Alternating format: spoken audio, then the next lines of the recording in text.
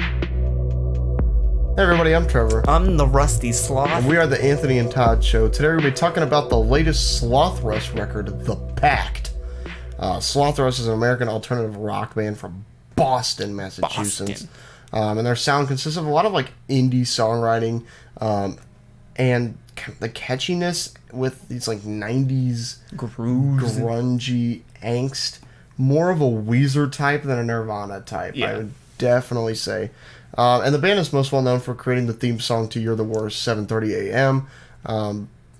That song is from 2014's Of Course You Do, which is filled with just personality and emotion and fun songwriting moments and catchy hooks to go along with it. Also, they did a cover of Sex and Candy, which is altogether disappointing. Really? You didn't like that? No, the original is 20 times better. But like there are other covers of stuff on there like... that one was bad. You're just really angry about that. I am, because I like that song and it was bad. You want to go through the other discography, or are you just going to cut it off there? I'm cutting it off. They followed up, Of Course You Do, with 2016's Everyone Else, in which they kind of lose a lot of the catchiness and emotion for more grunge production, which I'm not too big of a fan of. But I think moments like Horseshoe Crab and Rotten Pumpkin I thought to be fun moments that still had the flair of what I liked about Of Course You Do. Then, of course, in 2017, they released a covers album called Show Me How You Want It to Be that got the band back into that like poppy songwriting energy while still being able to provide that like 90s kind of like flair to it.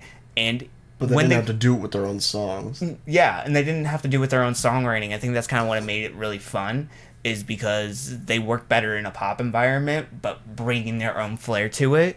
And when they have catchy and emotional songwriting, they're able to amplify that. And I think that's what works with this, covering like Britney Spears and Sex and Candy, What a Wonderful World, and Hit Me Baby One More Time. I think they're able to solidify their like place as artists and how they are able to bring emotion to a track and make it interesting. There's this new record of theirs called The Pact. It's their fourth studio album. It's 12 songs in 44 minutes. And overall, I think it is better than their last studio album, but I think it's still a bit too long and it's missing a lot of metaphors that I think their first album had that made their songwriting interesting and it complemented the vocals of the record. I think this new record, it's okay. It just needed less overall. I'm glad with the presentation and everything. I'm glad with the catchiness and the writing style, but I just needed more moments like Never Off, Of Course You Do, where she's talking about this like traumatic person where it's able to be showcased in artistic form, an artistic metaphor of Grendel from Beowulf, because it's able to be showcased in that form. I think that's kind of what makes it so much fun, is because of these metaphors. Also, moments like Homework Wifey are super catchy on that, whereas this, I think, we don't really get that intensity. On this, we get a bunch of great catchy riffs and guitar and bass work. Also, a lot of fun vocals, but we just don't get like the pure intensity, the pure saturation of that. Yeah. Which is something I probably shouldn't go in expecting, but I just think we don't get enough of the songwriting highs that we do off Of Course You Do. I think this just isn't as good in comparison to that, but I think they still give a lot of heart, and I think I enjoy a lot of their production shakeups with sometimes some synthesizers, sometimes some horns. There's a nice saxophone on here later on. I think they are trying to push the narrative forward, but I just don't see enough reason of why narratively this is efficient or effective. I don't see a lot of heartbreak or passion put into the lyricism. I think it needed more. I'd also like to note that Slothrust sounds intensely like Death Cab for Cutie on this record, and I've never really noticed it before, but now I feel like they're like falling into this like, would you consider them like emo pop in a way? Nah, I consider them like indie rock. I wouldn't consider like Death Cab for Cutie indie rock, but with like this very emotional twist, and that's what Death Cab was, for me at least. That's how I see them. And I feel like Slothrust is almost like mixing Death Cab's stylistic choices and vocal sound with a lot of like some of the stuff we're seeing off of Mitski's latest record. Yeah. That's what this reminds me of. Like a lot of kind of shorter songs about just some things are silly and some things are like very metaphorical. I'm thinking of like Geyser from Mitski. I'm thinking of Glass House from Screaming Females. These kind of metaphors and this kind of lyricism mixed in with like a death cab sound is what I got a lot of from the Pact.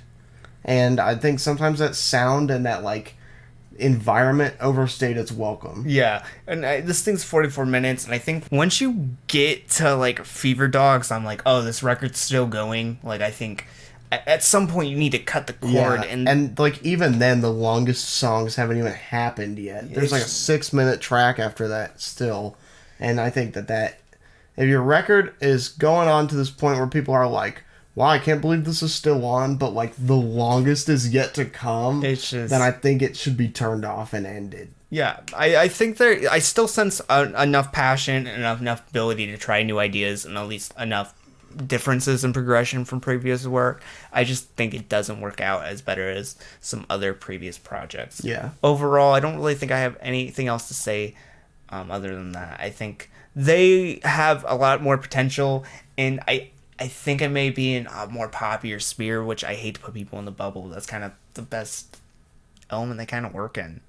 And I see him, you see him kind of like an emo sphere. I kind of see him in a sphere kind of similar to like The National and like Def Cab for Beauty. I think that's kind of like the sphere, the indie rock sphere. That's where I see them. And I think both of those are more emotional bands. Not emo in the sense of like Trippie Redd emo, but I'm thinking like Bullet for My Valentine emo. Brand new emo. Yeah.